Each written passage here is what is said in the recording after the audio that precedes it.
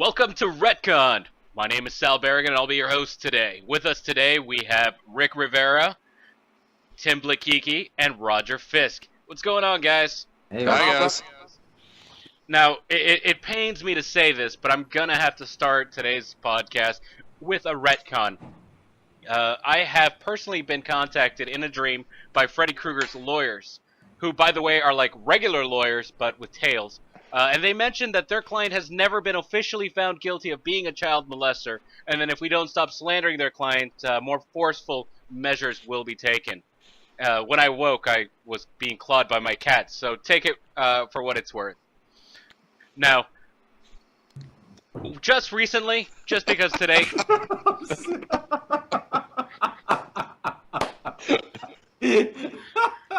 oh, that was great. Okay. You did this, Rick. You did this. I didn't have the dream for him. Did you sneak it into Sal's dream? Whatever influence I had on the previous weeks of his dreams, I cannot take any accountability for. So just a reminder to everyone that Freddy Krueger was never found guilty in a court of law to be a pedophile. Oh boy, it's kind of different kind of court, huh? Hey, we just had Labor Day. How did everybody do this weekend? Anyone do anything fun? Actually, you know what? Rick, you had Force Friday. I did have Force Friday. You know what? Just kind of a brief rundown. Force Friday, of course, was the official unveiling of new Star Wars toys to kick off the season right before the new Star Wars movie comes out in December. And the hot items that were, that were supposed to be sold out and not available in stores, I was surprisingly able to get very easily on Amazon's Force Friday sale that took place at actually 9 o'clock p.m. Pacific time, midnight Eastern last Friday. So I hopped on right away. Within 10 minutes, I had exactly what I wanted, checked out, and I have both of my figures in hand. Well, not literally in hand, but they're on hand. And I got the very popular BB-8 little droid, the programmable remote control droid. I got that guy coming on Saturday. So thanks to Amazon and thanks to Think Geek, big shout out to them. They made everything easy for me. Didn't even have to walk into a store. What figures did you get? I got the Black Series Kylo Ren. The Black Series, if any Star Wars collector, it's like their newest kind of middle of the road collectibles. It's not the cheapo figures, but it's not the uber expensive figures. Something a little bit more for the adults, but within reason that won't break the bank. These figures are on average about $20 face value, but right now, the Kylo Ren, the Finn, the Rey, they're worth about $45 to $50 online. So they've literally doubled in price ever since last week. So basically, you're saying that the Force Friday gimmick was kind of manufactured? If you were able to do this? Absolutely. I think that was the point. It's a complete and utter. It's a marketing campaign to get people to buy Star Wars merchandise, and it's also driving up the value because, as of right now, the supply is dwindling because the demand is so high. However, it does remain to be seen as far as the holidays go with Black Friday and the Christmas season coming upon us. I think the true testament of these figures and this merchandise value is going to be in January and February. If it maintains the value or if there's a little bit of diminishment, that is going to be the true value of this merchandise. True enough, figurines are always fun. I'm sorry? It's like a Star Wars Black Friday, if you will. Because you said you could also get the stuff on Amazon, and you could have done the internet shopping instead of having to break stores. You could have, but at the same time, all the merch is on the same level now, though. It's just as not available on Amazon as it is in the stores. Yes, you could technically order it on Amazon, but there's no timetable of when you're going to get some of the sold out stuff. Did you actually end up braving the lines at Target last week? Never. I had a game plan going into it because I'm on the West Coast, so I basically told myself, look, if I don't get lucky on Amazon at 9 o'clock, I'll know at most by 9:30 if I need to go to a Target, but I will give Amazon all the credit in the world. It was super easy. I mean, I even clicked back on the figures even after I was done because I thought it was too good to be true to see if they were still available. And even the BB-8 was still available like a whole 10 minutes after the sale had started. So fans had plenty of time to get what they wanted and checked out. So it was great. Just a great experience from Amazon. And even ThinkGeek for having BB-8 in stock. Yeah, that BB-8 figurine is awesome. I've actually seen tech teardowns of the thing. The tech teardown is impressive, and I like the fact that it is programmable. So just everything that I've seen in it, it makes that toy just seem even cooler. Like, I'd be interested in picking it up and just playing with it for a while. And see what I can do with it. And look for me this weekend because I'm actually receiving it on Saturday. I'll post some videos for you guys, and you guys, we can post it on the YouTube site, on Twitter, Instagram, all the social media that we have. It's going to be fun for sure.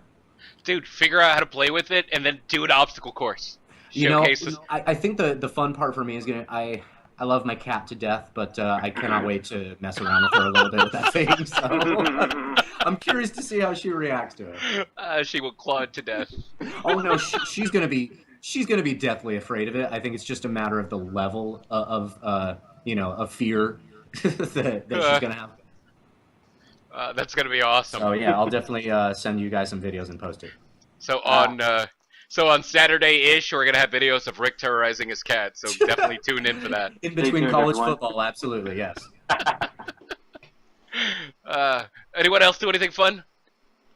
No, not particularly. My family came over. I had some family come over from Taiwan, and they hadn't done the LA touristy thing, so I got to take them over to Hollywood, and they were amazed because it's been like in the 80s and 90s out here in Southern California, which is it's been unheard of for some time for it to be this hot at this for this amount of time.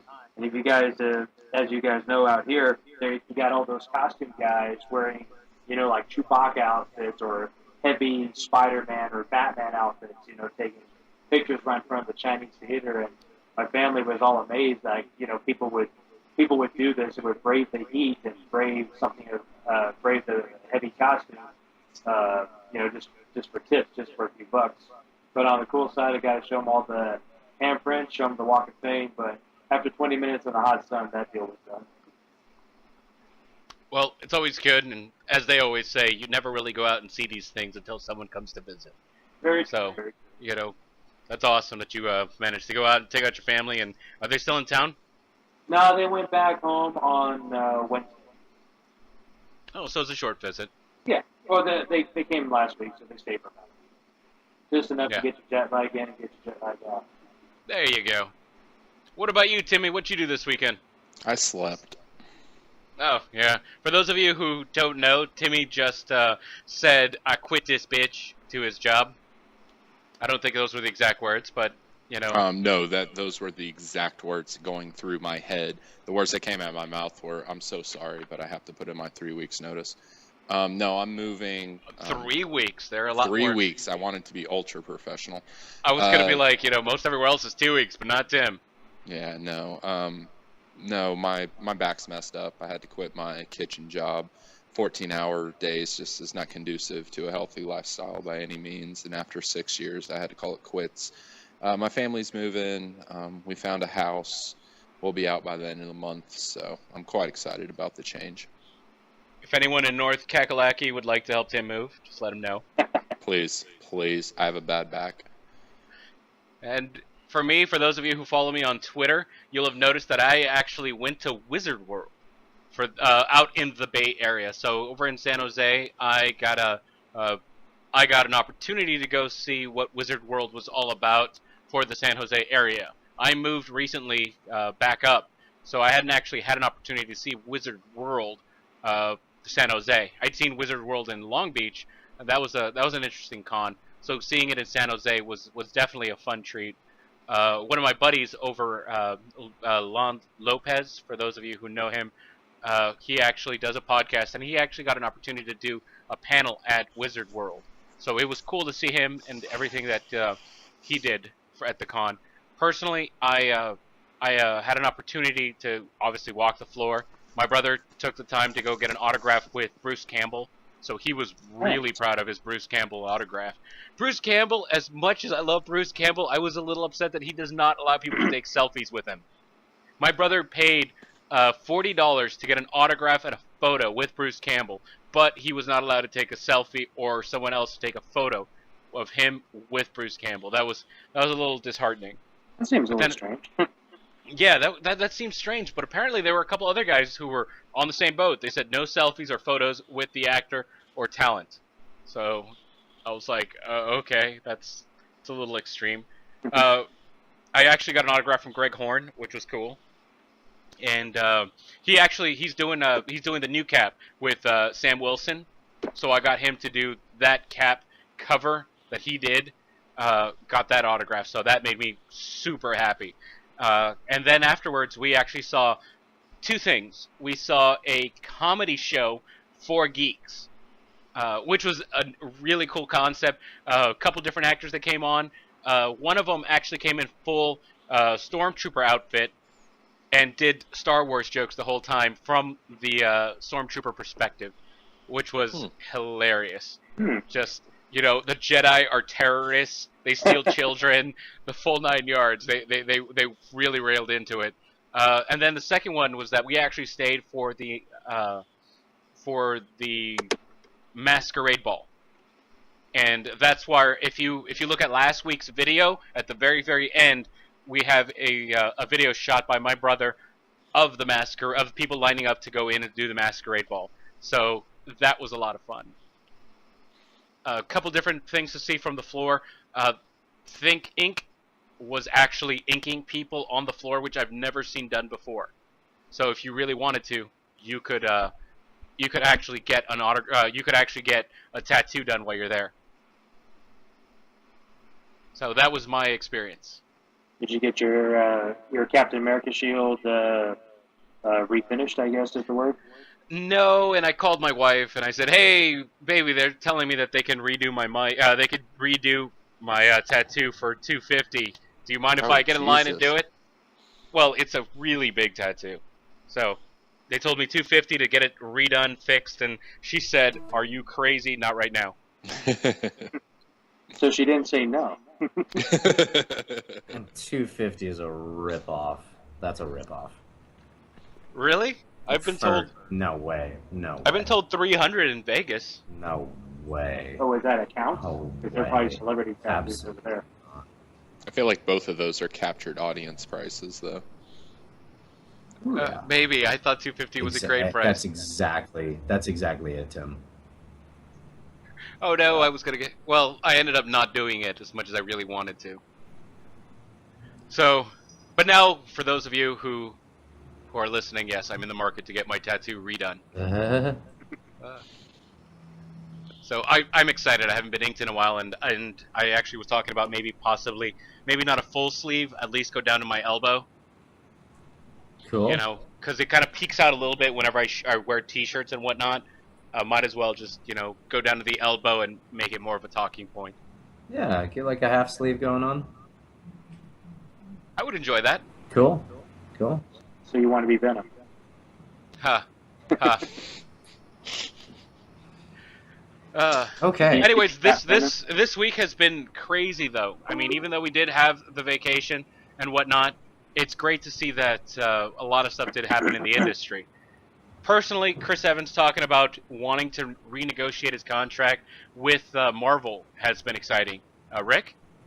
Yeah, I read this article over last weekend, and a lot of speculation has been leading up or just circulating about the whole Chris Evans as Captain America, because as fanboys do know, Steve Rogers' storyline, especially around this era of Captain America, doesn't necessarily end well. However, in the MCU, they don't necessarily keep everything true to its comic book counterpart. So in a recent article, Chris Evans basically made the statement saying that he would love to be Captain America for the foreseeable future, and as long as he's able to do it, he wants to be Captain America. And I honestly think no matter what goes on in the comics, I think that's what they're going to do. Chris Evans he just seems like a really super nice guy. He seems like a perfect fit for the Captain America character with the kids. He's marketable. I mean, honestly, let's just face it. It comes down, it really does come down to the money factor. And he's too much money. He's money. He's absolutely money when it comes to that character. So I don't see them switching up the Captain America character anytime soon. Yeah, I at this point in the game, he is definitely the definitive Captain America, but it doesn't mean that they can't figure out a way around him if necessary. I personally had already written him and Robert Downey Jr. off as characters that we're not going to see anymore, just because if contract negotiations go bad, they're gonna have to have a backup plan. So the fact that he's actually still in it is exciting. That means that we're definitely going to see Cap not meet his eventual end, or if we do, we're going to see him come back in some other shape or form. Oh, he could come in like a ghost, like the Jedi. That'd be cool. Nice. I've kind of wondered if Chris Evans and what Marvel wants are kind of at odds in this situation. I know, obviously, with the Marvel Now situation that's going on, Sam Wilson has obviously taken over the Shield, and I wonder if Kevin Feige or anybody who's writing for Marvel has kind of thought about that. I know who's the actor that plays Falcon, Anthony Mackie. Yeah. Anthony Mackie. Yeah, he's not. I know he's not a super well-known name. I don't necessarily think Chris Evans was per se before he took on this role. I wonder if they view that as an opportunity. If Civil War ends the way it does in the comics, I wonder if they view that as an opportunity to diversify that role. I think that would be super interesting to see. I've stated in the past that Chris Evans is my favorite part of the MCU right now. I absolutely love his depiction of Captain America. It is by far my favorite thing that's going on right now. And so I wonder about that. But on the other end, on Chris Evans' end, he doesn't have necessarily the acting options that Robert Downey Jr. has. Robert Downey Jr. was, at least last year, the highest paid actor in Hollywood. I forget what the number was, but it was just astronomical. It was almost 3 figures for the year. I wonder if Chris Evans he's not doing a whole lot now, and what he had done before this role and what he's done like in his spare time, he's not exactly setting the world on fire. So the cynic in me wonders if he sees this money-making role and just kind of want to You mean the cynic that is you? And wants to latch onto it, especially with the news that we talked about a week or two ago about this financial strain being taken off. If you can renegotiate your contract, because one of the things Marvel was known for was signing these actors on ridiculously low-paying deals, and for several movies, it's not a rumor, it's an actual story about how even whenever they brought Robert Downey Jr. onto the first Iron Man, that Terrence Howard actually made more money on that first movie than Robert Downey Jr. did. And since then, Robert Downey Jr.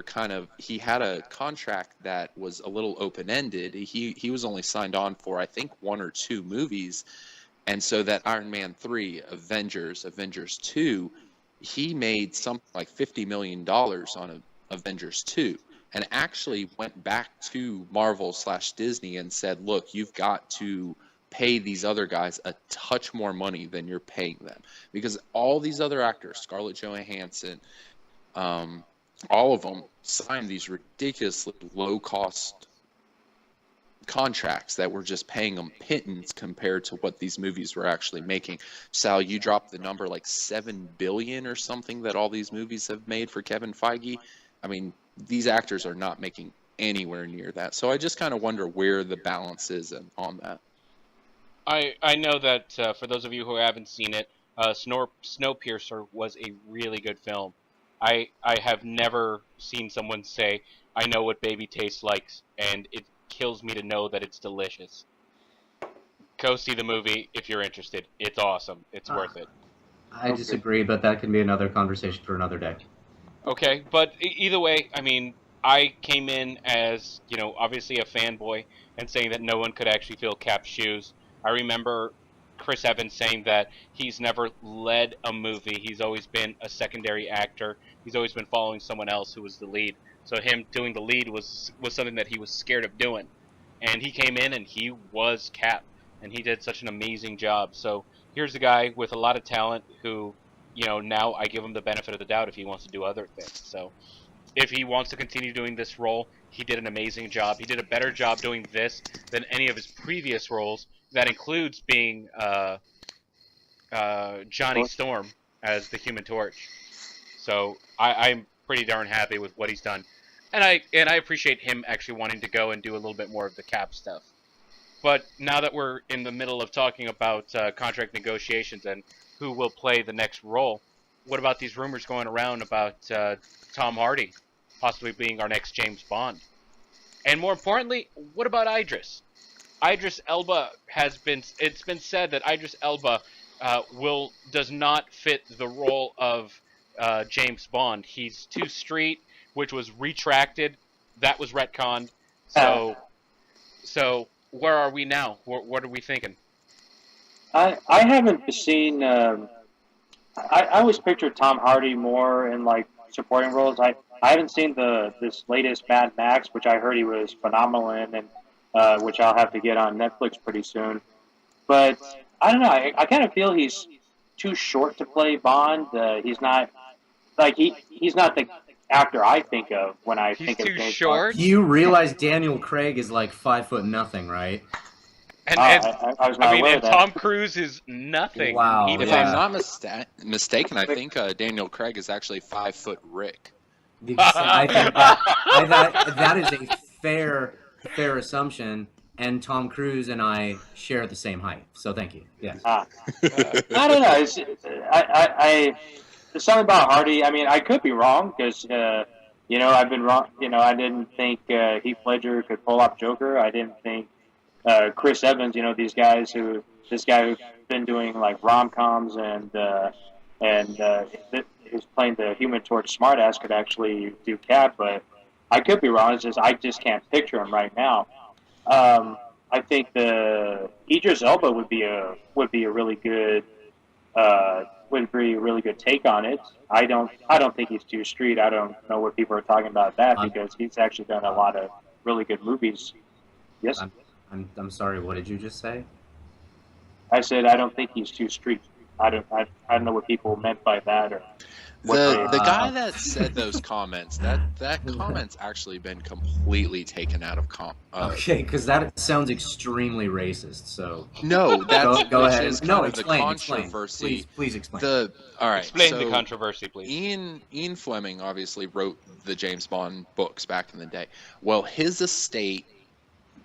So they're still trying to push the book end of things. They obviously still have a stake in the movie end of things, but they still want James Bond books to come out. Of course, it just makes sense.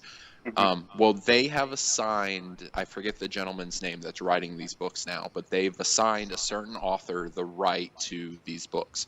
So this guy, somebody asked, with all these rumors coming up of this, of this black actor who is up for this role, possibly. I mean, it's just fanboys speculating, but they asked, what do you think about this doing? And so the guy that is now assigned the rights to write the James Bond books basically said, I don't know about him because he's too street. And then the immediate sentence following that statement basically said something along the lines of, and I don't mean that in the sense of him as a person, but his image within Hollywood, his image within the motion picture business, he continues to take roles that portray him in a very urban situation. And I don't know if the audience would take him seriously enough in the role of James Bond. I understand. And of course, social media, they read this and they, retract that entire comment down to a sentence or two. Right. And nobody takes the time anymore to read the actual interview. They just read the 2-sentence snippet of it. Mhm. And Okay, this guy but in is all just- honesty, Twitter only gives you 128 characters. Come on. Well, yeah, 140 characters, but yes, of course, that's what I'm saying is we're reacting to 140 characters as opposed to finding the source of what's going on. So this guy didn't quite mean it that way, but that's the image that has now been portrayed out there. And I completely understand too, because I mean, Idris Elba got, especially American fame. He was a very, he played a very ruthless villain on one of my favorite TV shows, The Wire. Yes. And Yes. that is so I understand what he means by that as being kind of Yes. sort of typecast as this ruthless villain. And yes, I did see. What was it called? Was it called No Good Deed or something like that, where he played this killer that was on the loose and Oh you know, yes, basically held himself up in this, you know, very nice lady's house, and she's got a baby there, but you know she doesn't know that he's an escaped convict. And again, yeah, he's a very very he plays the villain. So okay, understood now, understood. Which I think I actually, personally- in the long run of things, though, I mean, he's an actor. He made a choice. I mean, that's just what this person does. In my opinion, I think it would be a bold decision for the Bond character, and I would, just based on the decision, I would drag everybody I know just to go see that movie based on that decision, because I think he would knock it out of the park. My only complaint would be that he's in his like mid to late 40s almost, and I feel like the way they're going with the current Bond series, I don't know how old Daniel Craig is, but I feel like Bond's kind of, you know, it's kind of towards Bond's, you know, earlier days right now. So Right. even if you do a casting change in the middle of the story that they're trying to tell. I also know with Spectre coming out, this is, you know, Daniel Craig's basically said this is his last movie, and Sam Menendez has said this is, am I saying that right? Menendez. Menendez. It's his last movie also with this series. So this kind of is a natural reset button, though, if you want to do that. I've always been a fan of the theory that James Bond is more of a code name than it is a person. I love that theory, I love dude. that. That is great, Yeah. Sal. It explains why every single James Bond looks different, because it's not supposed to be the same person. It's like this is the code name that we've designated for the person who does this type of work. Mhm. So the fact that yeah, with Idris stepping in, it would just definitively say that James Bond is a code name. yeah, right. I completely that'd be really cool. same skill, same sexual desire. You know, just actual different person. Yeah, I and love and it that, just Sal. That is brilliant. that is an awesome fan theory. I can't take credit for it, but yeah, when I heard that, I was like, this makes sense. It's why Bond has changed over the years. You know, I don't know if the Bond that was previous, maybe he passed away. Maybe he got caught up in a situation he couldn't bond himself out of. Right. But And- yeah, And why he Boo. hasn't died of an STD yet. Yes, exactly. That's actually been done. The first Casino Royale movie, that was like Woody Allen's second film, that's loosely based on the Casino Royale book, did that, where like everyone was under the code name James Bond. Without going too much into the movie, that's Oh, I thought you meant him dying of an STD. oh. I'm so sorry. I was No, like, we're not there wait, yet. He did? Wow. Woody Allen ahead of his time, always. Jesus.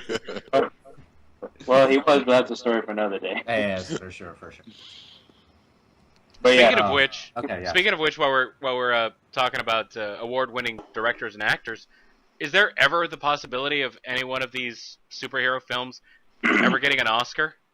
I mean, last time we talked about the Westerns, and the Westerns have proven that they are Oscar-worthy. What with Dances with Wolves, Unforgiven, and Cimarron, you know, getting Oscars, you know, back in the day. Is this something that you guys think we could probably pull off with a superhero movie? And if so, what kind of movie would it have to be to get an Oscar? I don't know, because the superheroes, you know, these types of movies they're all made for they're made for action. They're made to be blockbusters to generate more cash than awards. I don't know if I can't think of anything off the top of my head what kind of character you would need in order to generate. But Wait. Let's take a step back. What about Lord of the Rings? Lord of the Rings? that's not really a Hey, good call on that. I mean, come on now. These were just fantasy fiction books that turned into these blockbuster Oscar-winning films.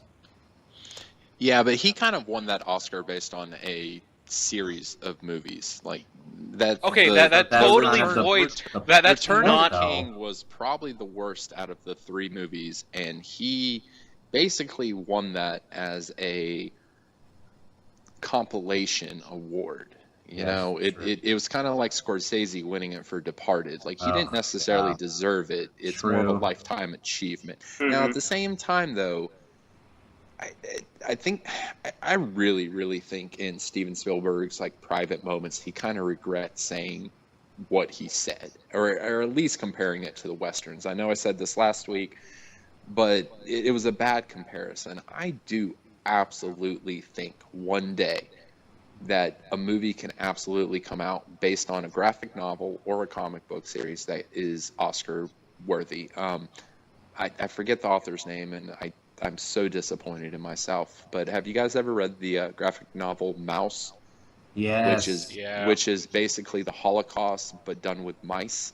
That was Um, required reading for me in high school. Nice. Yeah, you could basically turn that into a stop motion movie and win an Oscar for it. You could turn that into a CGI movie possibly Right. and win an Oscar for it. Watchmen. If Watchmen was updated and had Zack Snyder not already kind of messed it up with his like 300-ish adaptation of that, I feel like Watchmen could have possibly won an Oscar. Now, is there anything Marvel and DC has ever put out there? I'm not quite sure, but I feel like some of the maybe independents that are out there could possibly do it. There's interesting characters out there. I don't know if it's I feel like it used to be an Image character, but have you guys ever heard of Midnighter? No. Of course, the- yeah. We actually interviewed the guy who's writing Midnighter now. There, perfect. That character unto himself, him and his gay lover, who I can't remember who they've retconned it, and DC now is under control of that because it used to be under the Wildstorm, and now that's been brought in with Jim Lee, and now they've kind of messed with it with the New 52, and it's a little bit tame. They kind of wiped their memories, and then they like realized who they were and fell back in love. But that character unto itself, like think of Kick-Ass, but with a gay main character. Wow. Like that's something, if done right, you could touch on a couple different like social issues and whatnot. I definitely think the opportunity is out there. I think it's going to take a director that has a vision and a clear script and finds the right actors. I disagree completely, Tim, and it's not because you don't bring up great points, but because I think the people who are handing out the Oscars are not the kind of people who will ever really like superhero films. If Very you look true. closely at the type of films that have gotten the Oscars in the past, it's Oscar bait.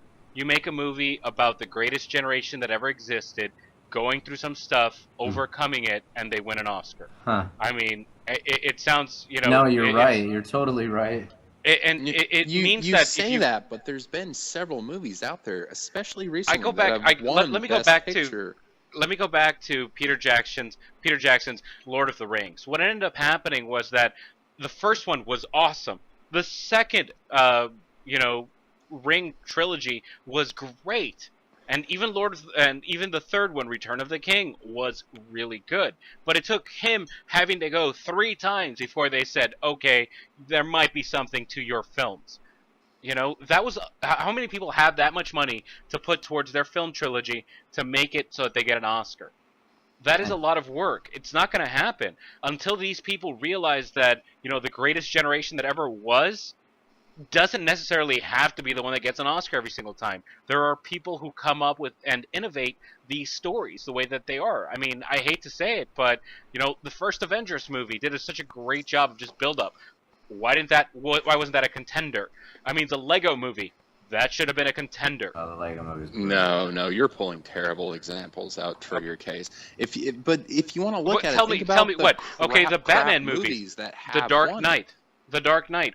Why wasn't it up? But even Rick brought that up. Minus one actor, that wasn't a particularly good movie. But think about the bad movies that have won it. Think about Crash. Crash was not a good movie. It was a cliche movie, but it just hit on certain tones that pop culture, it just kind of the cultural Not even upswing. pop culture. It just was this something that the ones who are voting for the Oscars could relate felt to at the time. Exactly. So think and about even people who are voting for these Oscars don't even see most of the movies that they're voting on. Yes, That but is- think that of is a true. movie that touches on cultural touchstones at that time. So think about a main character in a comic book movie, because they're littered out there with a gay main character or a interracial main character or a character that's put under some sort of guilt that is actually being felt by culture at the time, and tell me that people won't gravitate towards that movie. I'm not saying it's going to be a box office hit, but it can just resonate on these voters' minds. It requires that you make a movie specifically to win an Oscar. That says to me that I'm going to, instead of writing a good story, which is what an Oscar should be, you should be writing a story that is amazing all the way around, instead of just trying to focus on something that some old geezer, will understand. Yes, but we're talking about movies that are adaptations of stuff that's already been written. So it doesn't necessarily have to be written now. Peter Jackson's movies were written 80 years ago. They just so happen to get adapted now. So tell me there's not a graphic novel or a comic book series that's been done that couldn't get twisted around and made more relevant. Tell me that... Well, about 80 years ago, we're looking at about Superman as the closest one.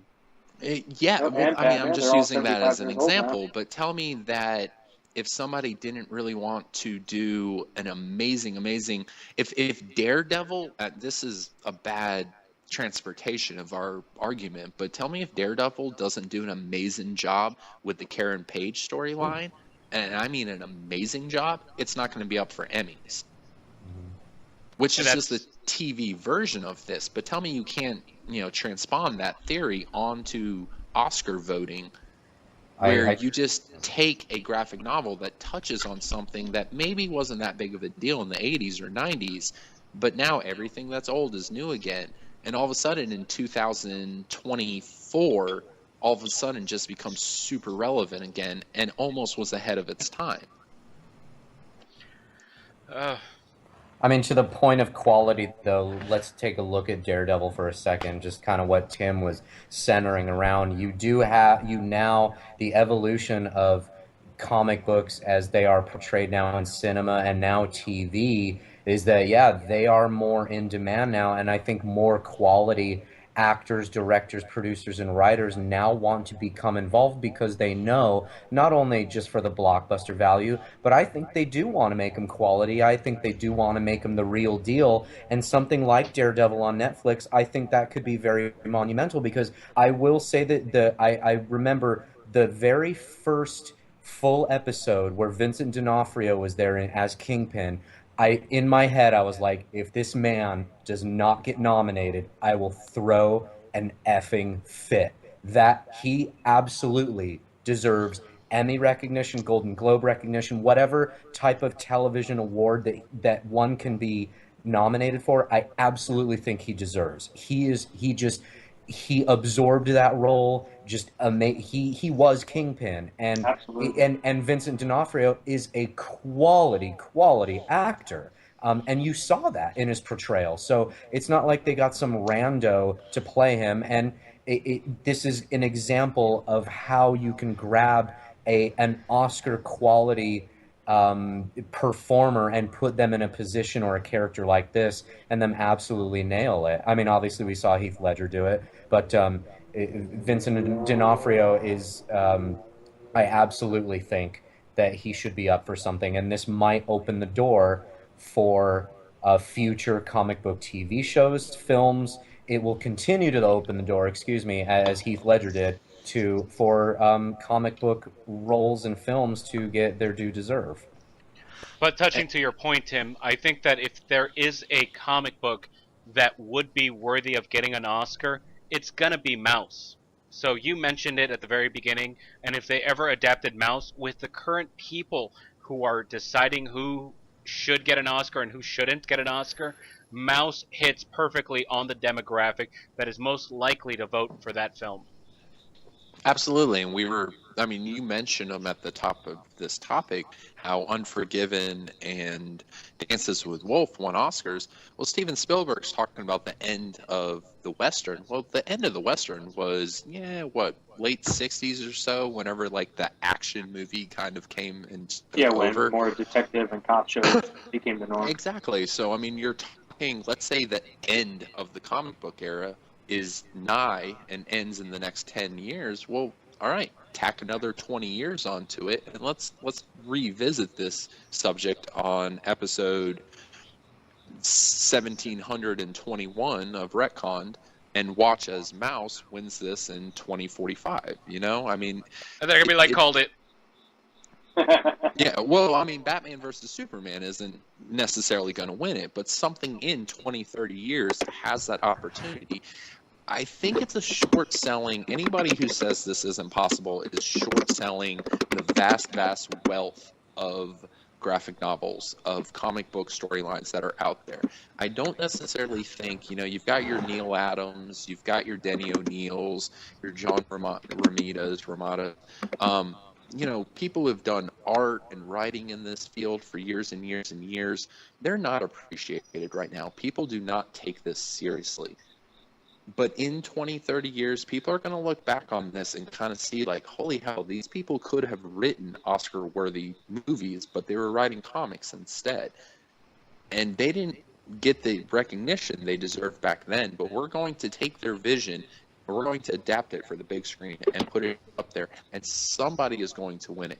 J.R.R. Tolkien was beloved for years and years and years, but it took one director's vision on how to adapt it to turn it into an Oscar-winning film.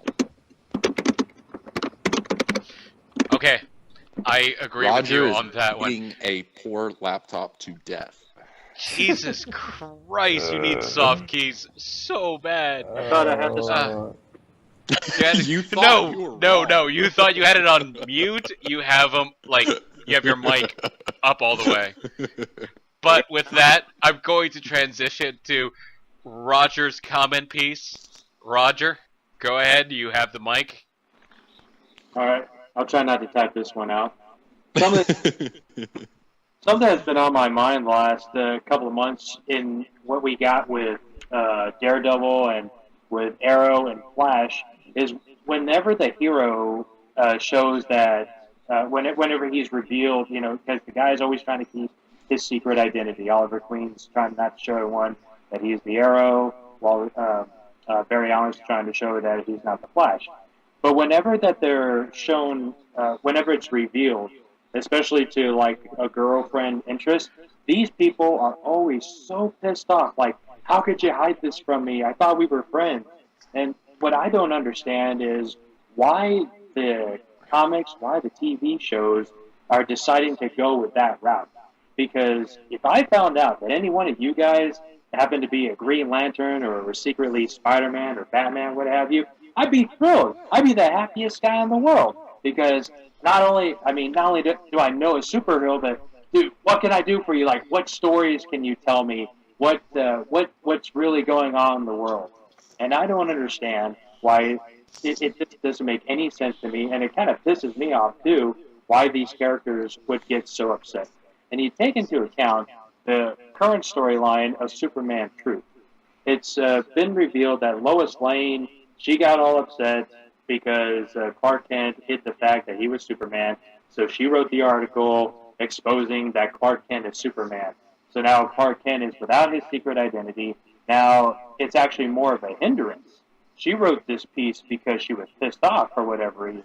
So she thought she'd take it out on him and just expose him to the rest of the world. And now now Superman he can't be Clark Kent anymore. He can't be a normal human being. He just always has to be Superman from now on, as far as this current storyline is going.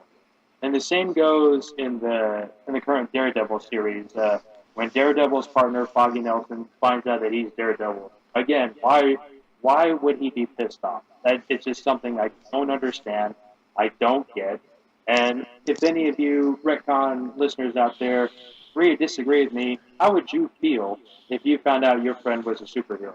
Would you be happy for them? Would you be happy that you yourself are part of this secret? Or would you be pissed that how dare they hit this secret? That's all I got to say about that. Good on you. Well, we're running out of time, so guys, if there's one thing that you could retcon this week, what would it be? Rick? I'm going to go with my very first out of 2 fantasy drafts. I overthought it. I don't know what I was thinking. My second draft was so much better, but again, the first draft, nearly embarrassing. That's all I got. Fantasy football picks that went down the tubes. Tim, what would your retcon be? If I could retcon something, it would be the Clone Saga in Spider-Man. I wish Mike was on this week. Spider-Man used to be one of my favorite characters. I actually just went back, in respect of Mike, to reread it, and it's so terrible. It just is so convoluted and written into a corner and confusing, and I can't wait to have him on to try to defend it. That's one of my favorite characters out there, one of the world's favorite characters, and that character has been ruined for me ever since that saga, and I wish I could retcon it. No argument for me on that one. That was horrible. Roger, what would you retcon if you had a chance? Well, a couple of weeks ago, I went and saw the film version of The Man from U.N.C.L.E., and I thought you were going to say Fantastic Four. Well, no, that's been done to death. That's beating the dead horse there. So I'm gonna jump on something new. But yeah, it was a Guy Ritchie movie, and he did the last 2 really good Robert Downey Jr. Sherlock Holmes movies, and I figured, this is Superman and the Lone Ranger, and that was the trouble. Every time I saw Henry Cavill, I kept thinking, there's Superman, and there are a few times in the movie he's even kind of standing in a Superman kind of pose. But it wasn't as good. I felt like it should have been so much better given the quality of talent, and especially with Guy Ritchie directing. It should have been better. And I kind of feel bad for Armie Hammer because this guy is a real talented actor, but for some reason he just can't make it at the box office. I think his last successful film was The Social Network, which I believe was his debut. But the Lone Ranger, that was his only hit. Yeah, exactly. The Lone Ranger tanked a couple of years ago. Armie Hammer still sounds like a porn name. That's the funny thing is that's well, as far as we know, that's his real name. So the Man from U.N.C.L.E. is what you'd retcon. Yeah, it could have been done so much better, and I retcon that. Do you guys want a little bit of a MyNef? About 7-8 years ago, there's about to be a documentary that's about to come out about this, but George Miller, the guy that just did the new Mad Max, which is universally praised out there, and he's actually been mentioned to possibly do Man of Steel 2, which would be super interesting, but he was actually pegged to do a Justice League movie before Marvel put together their universe. Iron Man had just come out, and Warner Brothers kind of saw where this was going and kind of wanted to jump on it. They were still in the middle of the Chris Nolan trilogy, and they were like, screw it, we need to jump on the ball. And George Miller was at the helm of a Justice League film that was weeks away from being filmed in 2008, and Armie Hammer had actually already been casted as Batman. And then the financial Yeah, no, it was in 2008 because the financial collapse of 2008 put the kibosh on this entire film. But Armie Hammer was going to play Batman in a Justice League film directed by George Miller. Everything happens for a reason. Yeah, I don't know if the dude, like I said, I actually feel sorry for the guy because he's actually a really good actor. Did you see Lone Ranger? Yes, I did. All right. The trouble with Lone Ranger, that was a direction problem because that was all built up to be, like a Pirates of the Caribbean, That was a Disney problem. well, exactly. That's well, Yes. it was I guess a production problem, I guess you'd call it. But yeah, it was all set up to be this big shoot 'em out western, but like over half the movie is all story and backstory on the Lone Ranger and why he is, and I'm like, nobody wants to see this. We want to see we want to see a western. We want to go out. We want to see guns. We want to see a lot of battles like that. But yeah, that was a huge mistake. Now let's not forget, just like Rick said last week, Perlmutter didn't watch over that movie, so watch out, Kevin Feige. All right. So if I had to retcon anything, it would be last week or 2 weeks ago when Rick said that he hated Sucker Punch. So you would retcon Rick's comment? I would retcon Rick's comment. Well played, sir. Well played. If I had a chance, My it would be favorite like thing of this week. he would say he loved that movie more than anything else on the planet. He's You're gonna still go waiting. back and like redub his voice with your brother or something like that. He's gonna say that he loves it and he's waiting for the sequel. I love it. Love it. All right, guys. I love your retcon comment more than I like Sucker Punch. Is it Sucker Punch 2, Sal's Revenge? The Revenge of Sal. Or Take That, Rick. Yeah.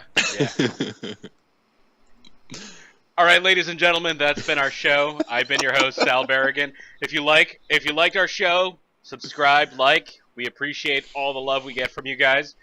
Remember, you can hit us up at RetConners on Twitter as well as Instagram. If you'd like to hit us up on the traditional medias, there's Facebook at facebook.com/RetConners and retconners@gmail.com if you'd like to leave us a comment, question, or if you'd like to give future comment suggestions. I guarantee you that we will look at those suggestions. I can't guarantee you that we will actually follow them, but you never know. So throw it out there, see what happens. And remember, everything is true until it gets retconned. Have a good evening, everybody. Bye-bye. Good night. Later.